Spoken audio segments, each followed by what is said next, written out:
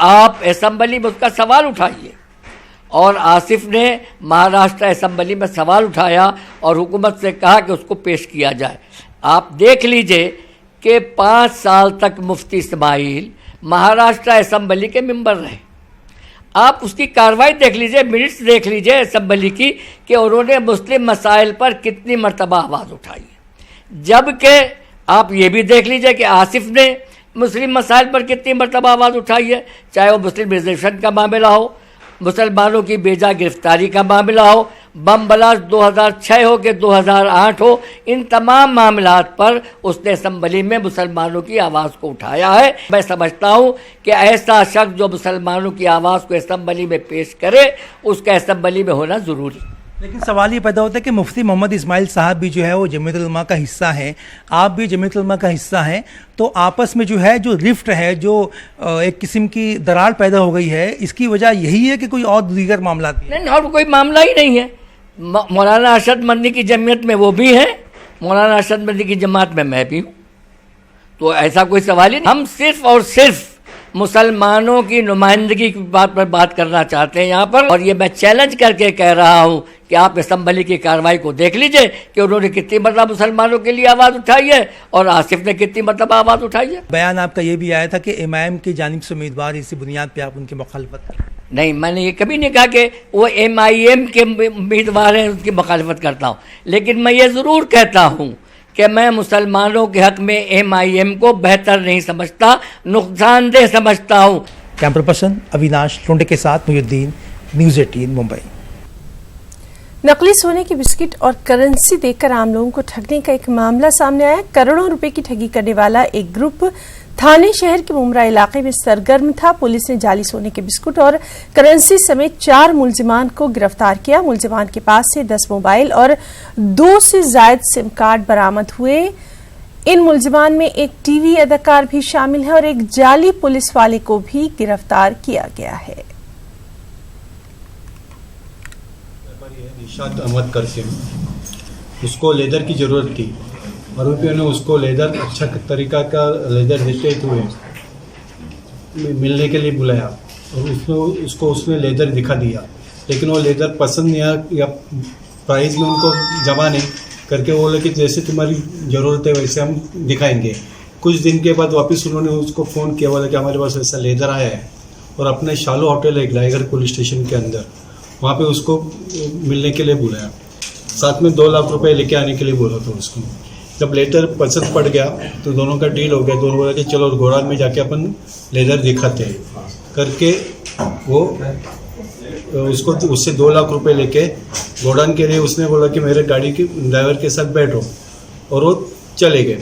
Driver کے ساتھ جب بیٹھنے کے لیے تو پولیس کے بیچ میں, مطلب ڈپلیکیٹ پولیس کچھ آئے اور وہ ڈرائیور کو لے کے رکشہ میں ڈال کے بھاگ کے لے کے گئے. جب آروپی کو فریادی کو معلوم پڑا کہ اپن پھنس گئے تو اس نے آ کے ٹائیگر پولیس اسٹیشن میں کمپلینٹ دے دی. سر یہ نوٹ ملی ہے یہ 2 لاکھ کا ہے کہ کیا کہ ڈپلیکیٹ نوٹ کس نے دیا ان کو؟ ڈپلیکیٹ نوٹ آروپی نے ان کو دکھایا تھا دینے کے لیے کہ وہ اتنا اوپر ریئل نوٹ رکھتے تھے, نیچے ڈپلیکیٹ رکھتے تھے اور اس دکھاتے تھے کہ ایسا ہمارے پاس نہیں. یہ جو کیس ہے یہ کیس میں لیدر کا ہے, باقی لوگوں کو انہوں نے یہ ڈپلیکیٹ نوٹ کر کے ڈپلیکیٹ نوٹ یا سونا اوپر نوٹ نیچے کاغذ. مہاراشٹر کے اسمبلی انتخابات کے لیے پرچہ نامزدگیاں داخل کرنے کا سلسلہ جاری ہے.